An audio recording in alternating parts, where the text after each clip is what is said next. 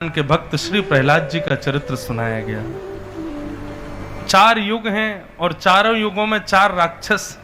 सतयुग के राक्षस का नाम है हिरण्यकश्यप और हिरण्याक्ष। हिरण्यकश्यप हिरण्याक्ष को मारने के लिए भगवान ने 2 रूप धारण किए। हिरण्याक्ष का वध किया वराह भगवान ने, और हिरण्यकश्यप के वध करने के लिए भगवान प्रहलाद की भक्ति से प्रसन्न होकर के प्रकट हुए नृसिंह रूप धारण करके। हिरण्यकश्यप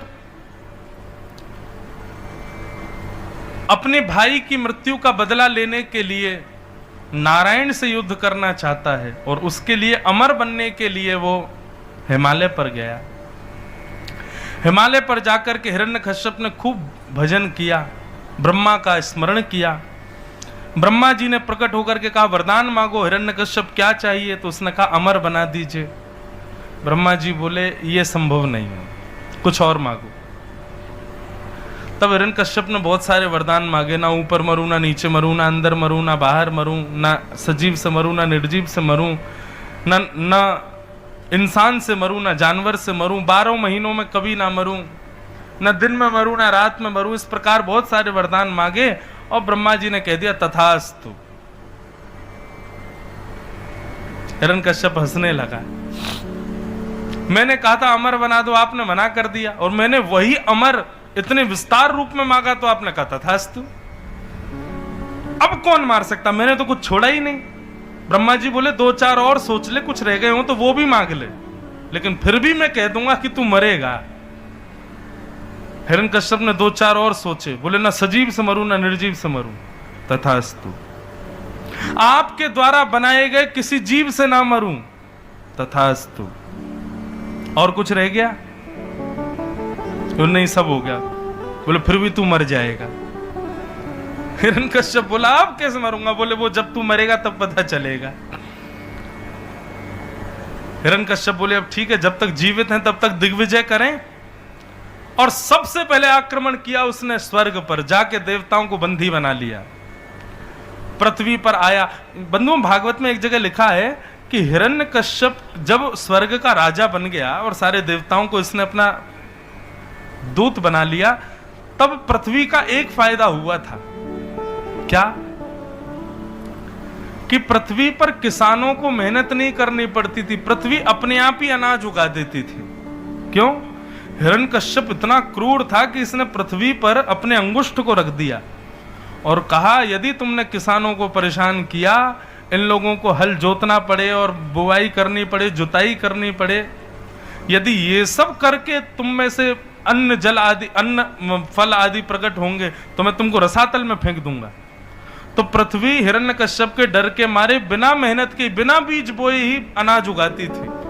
तो किसानों की तो बड़ी मौज थी हिरण्यकश्यप के समय पर, मेहनत नहीं करनी पड़ती थी, अपने आप ही पृथ्वी से प्रकट होता था सब। बाकी नारद जी कहते हैं, हिरण्यकश्यप जब शासन था हिरण्यकश्यप का, तब मैं भी अपनी वीणा पर नारायण नारायण ना कह करके हिरण्यकश्यप हिरण्यकश्यप यही कीर्तन गाता था। इतना भय था हिरण्यकश्यप का।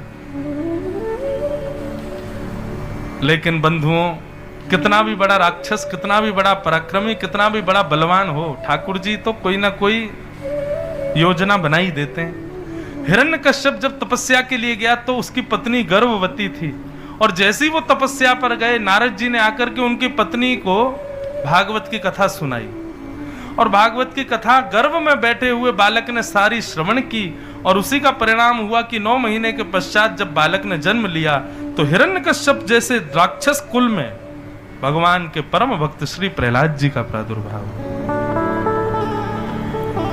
आप कहीं भी देख लेना, कभी भी मां के लालन पोषण को प्रधानता ना देकर के मां की गर्भावस्था को प्रधानता देते हैं कि गर्भ की अवस्था में ये किया, गर्भ की अवस्था में वो किया। गर्भ की अवस्था में की गई क्रिया ही बालक को लगती है, बालक के जीवन पर असर डालती। यहां श्री प्रहलाद जी का प्रादुर्भाव हुआ। प्रहलाद जी जब 5 वर्ष के हो गए तब हिरण्यकश्यप लौट के आया। एक दिन देखा, बोले, ये बालक किसका है? बोले, महाराज आपके सबसे छोटे बालक हैं प्रहलाद। गोद में उठाया, बोले, तुम विद्यालय जाते हो? हाँ पिताजी मैं जाता हूं। कौन से विद्यालय में जाते? बोले हिरण्यकश्यप दानव विश्वविद्यालय। अच्छा, क्या सीखते हो वहां पर? बोले वहां तो दानवी विद्या सिखाई जाती है पिताजी, राक्षसों की विद्या सिखाते हैं। अच्छा। थोड़ी देर बात करते हुए हिरण्यकश्यप ने सहज ही कहा, अच्छा बेटा कोई अच्छी बात बताओ जो तुमने सीखी हो 5 वर्षों में। प्रहलाद जी तो बड़े प्रसन्न हो गए, पिताजी आप अच्छी बात सुनेंगे मुझसे? बोले हाँ, भक्ति के गुण थे प्रहलाद में। तो प्रहलाद जी बोले सुनो पिताजी, मैं अभी सुनाता हूं। तत्साधु मन्ये सुरवर्य देहिना सदा समुद्विग्न धियाम सत्गृहात् हित्वात्मपातं गृहमन्धकूपं वनं गतो यद्धरिमाश्रयेत। पिताजी ये संसार ना एक अंधा कुआं है और हम सब इसमें गिरते जा रहे हैं पिताजी, इसलिए सही समय पर सही समय जान करके वनम गत यद्धरिमाश्रयेत, घर छोड़ करके परिवार छोड़ करके सबके प्रति आसक्ति छोड़ के, घर परिवार ना भी छोड़ें, सबसे आसक्ति त्याग के हरि का स्मरण करना चाहिए पिताजी। मुझ पर तो बड़ी कृपा है भगवान की कि मैं तो बाल्यकाल से हरि का स्मरण करता हूं पिताजी, आप भी किया करो। हिरण्यकश्यप की आंखें लाल पड़ गई हरि का नाम सुनते। और कहा ये सब कौन सिखाता है इसको? विद्यालय के गुरुजियों को बुलाया, बोले ये सब सिखाते हो तुम मेरे बालक को? ये क्या बोल रहा है? बोले महाराज हम सब नहीं सिखाते इसको, पता नहीं कहां से सीख के आता है। हम 24 घंटे इस पर निगरानी रखते, कहीं जाता भी नहीं, कोई इससे मिलने आता भी, तब भी ऐसी बातें करता है। आप 1 वर्ष के लिए और भेज दीजिए विद्यालय, हम इसको पढ़ा लिखा। 1 वर्ष तक बड़े हठपूर्वक प्रहलाद जी को पढ़ाया। अच्छा, प्रहलाद जी का स्वभाव कैसा था बंधुओं? विद्यालय में तो बड़े अच्छे से पढ़ते थे, मानो ऐसा लगता था यही दानव बनेंगे बड़े होके। लेकिन जैसे ही पिताजी के सामने आते, पिताजी बोले बेटा अब कोई अच्छी बात बताओ। बोले पिताजी रहने दो, पिछली बार मैंने बताई थी तो आपको अच्छी लगी नहीं थी, इस बार बताया तो कहीं आप फिर से मुझे भेज दोगे। नहीं नहीं नहीं, कोई अच्छी बात बताओ। 9 प्रकार की भक्ति होती है पिताजी। श्रवणम कीर्तनम विष्णु स्मरणम पाद सेवनम अर्चनम वंदनम दास्यम सख्य आत्मनिवेदनम, ये 9 प्रकार की भक्ति है पिताजी। इन 9 प्रकार के सोपानों पर जब चढ़ते हैं तब द्वार खुलता है और उस द्वार के पीछे ही नारायण खड़े दर्शन देते हैं। इन 9 द्वारों पर, इन 9 सीढ़ियों पर चढ़ना चाहिए पिताजी। हिरण्यकश्यप को क्रोध आया, ताम्र वर्ण हो गया, आंखें लाल, भौहें चढ़ गई हिरण्यकश्यप की। उठा करके दूर पटक दिया अपने पुत्र को। बोले मेरा बेटा है, मैं नहीं मार सकता इसको। सैनिकों को आज्ञा दे दी, बोले तुम लोग मार दो। और सुनो छूट है, जैसे मार सको, जितनी दर्दनाक मृत्यु दे सको दे देना, मैं रोकूंगा नहीं तुम लोगों को, मारो। सैनिकों ने सब प्रयास किए, पहाड़ से फेंक दिया, नदी में डुबा दिया, विषैले सर्पों के बीच में डाल दिया, लेकिन प्रहलाद जी का कोई बाल बांका नहीं कर सका।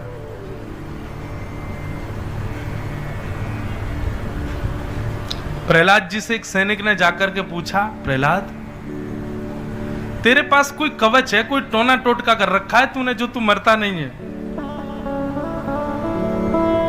आहा।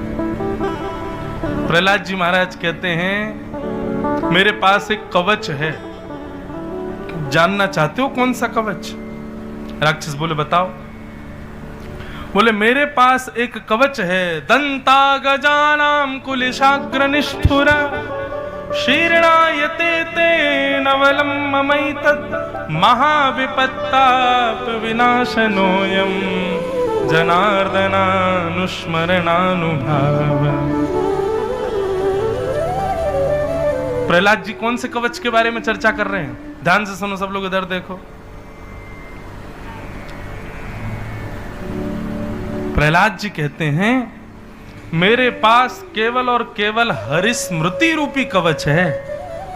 मैं कुछ नहीं करता, जब तुम मेरे साथ कुछ ऐसा करते हो मैं भगवान को याद करता हूं बस, और याद करने मात्र से मेरी रक्षा हो जाती है। सोचो, जिन हरि को याद करने में मेरी इतनी रक्षा होती है, राक्षसों किसी दिन यदि मेरे ठाकुर जी प्रकट हो गए तो क्या होगा? जिनकी स्मृति में इतनी शक्ति है, सोचो उन ठाकुर जी में कितनी शक्ति होगी।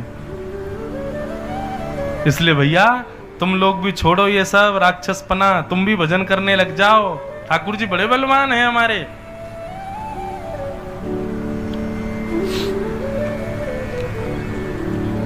होलिका नाम की भुआ आई, बोली महाराज आप चिंता मत करो, भतीजे को गोद में लेकर के चिता पे बैठ जाऊंगी और एक सौल ब्रह्मा ने मुझको दिया, इसको ओढ़ के बैठूंगी, इसको ओढ़ के अग्नि में बैठ जाऊं तो जलूंगी नहीं, पानी में कूद जाऊं तो डूबूंगी नहीं, ऐसा वरदान है इस सौल को। आप बैठा बनाओ एक चिता, मैं लेके बैठती हूं।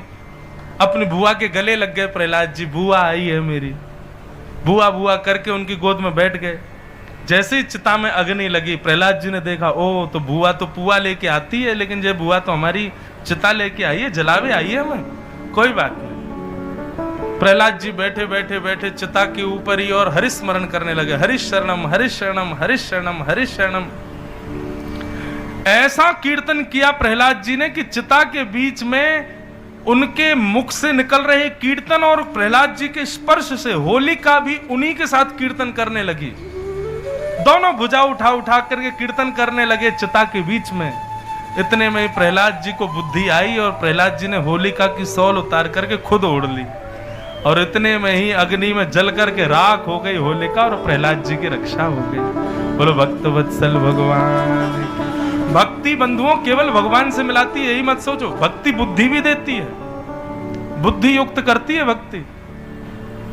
प्रहलाद, और देखो प्रातः काल जैसी चिता शांत हुई, सब लोग इंतजार कर रहे थे होलिका बाहर आएगी, लेकिन जैसे ही प्रहलाद जी बाहर निकल करके आए तो आश्चर्यचकित सब लोगों ने धूल उड़ा उड़ा करके एक दूसरे के गालों पर लगाया, उत्सव मनाया। उसी को होली उत्सव कहते हैं।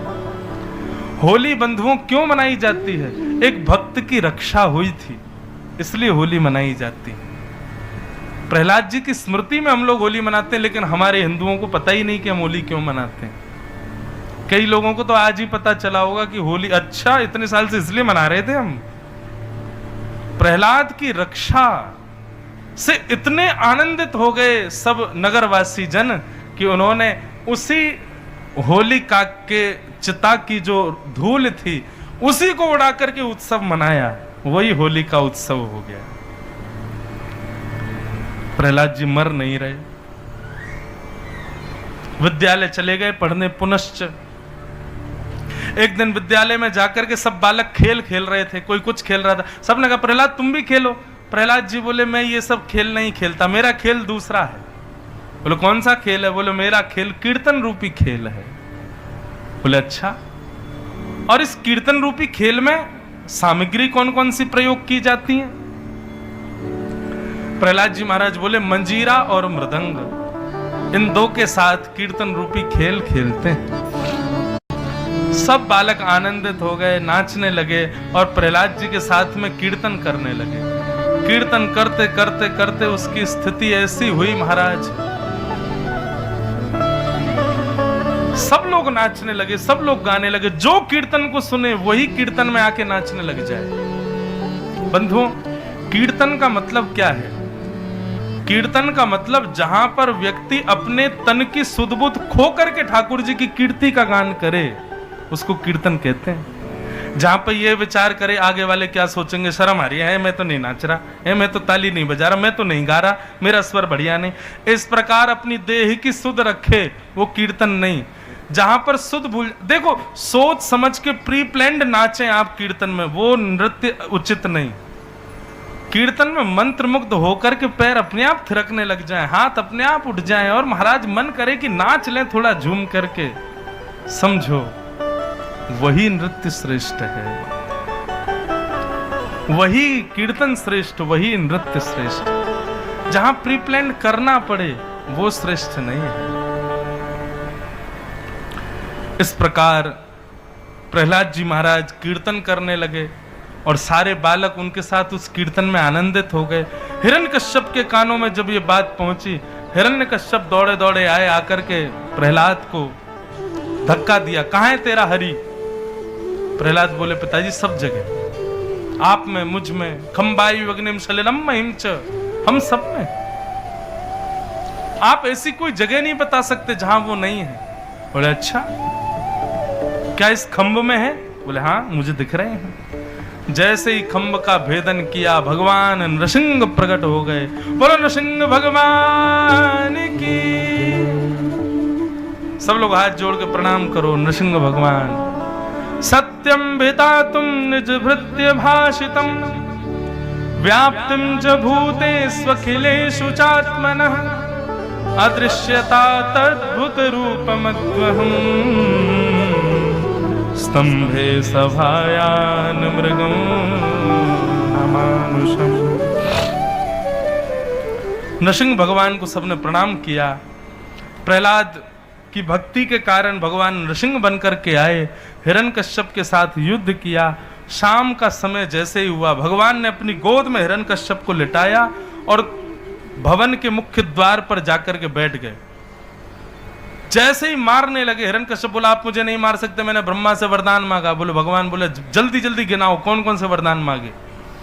बोले मैंने मांगा था ना दिन में मरूं ना रात में। भगवान बोले बाहर देखो क्या हो रहा है। बोले शाम हो रही है, ना दिन है ना रात। मैंने वरदान मांगा ना ऊपर मरूं ना नीचे। भगवान बोले कहां हो। बोले मैं बीच में लटका हूं, आपने गोद में लिटा रखा, ना ऊपर ना नीचे और ना अंदर मरूं ना बाहर। भगवान बोले दहली पे बैठे हैं हम तुम्हारे राजभवन के। मैंने वरदान मांगा ना इंसान से मरूं ना जानवर से। भगवान बोले बताओ मैं क्या बन के आया हूं, मैं इंसान हूं कि जानवर। बोले आप तो दोनों हो और दोनों ही नहीं हो। और बताओ 12 महीने में ना मरूं। भगवान बोले 13वां महीना तुम्हारे लिए ही है, मल मास।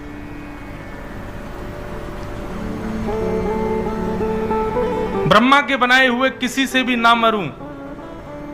बोले ब्रह्मा हमको नहीं बनाते, हम ब्रह्मा को बनाते हैं। ब्रह्मा मुझे नहीं बनाता है, ब्रह्मा का सृजन मैं करता हूं। ना अस्त्र से मरूं ना शस्त्र से मरूं। भगवान बोले नाखूनों से पेट विदीर्ण करेंगे तुम्हारा। शेर तो पंजा ही मारता है, उसी से ही मार देता है। न सजीव से मरूं ना निर्जीव से मरूं। भगवान बोले मानव शरीर में 2 अंग ऐसे होते हैं जो ना जीवित हैं और ना मृतक हैं, नाखून और केश। ये बढ़ते हैं, इसका मतलब ये जीवित हैं, और इनके काटने पर रक्त नहीं आता, इसका मतलब ये निर्जीव है। इनसे ही तुम्हारा वध हो।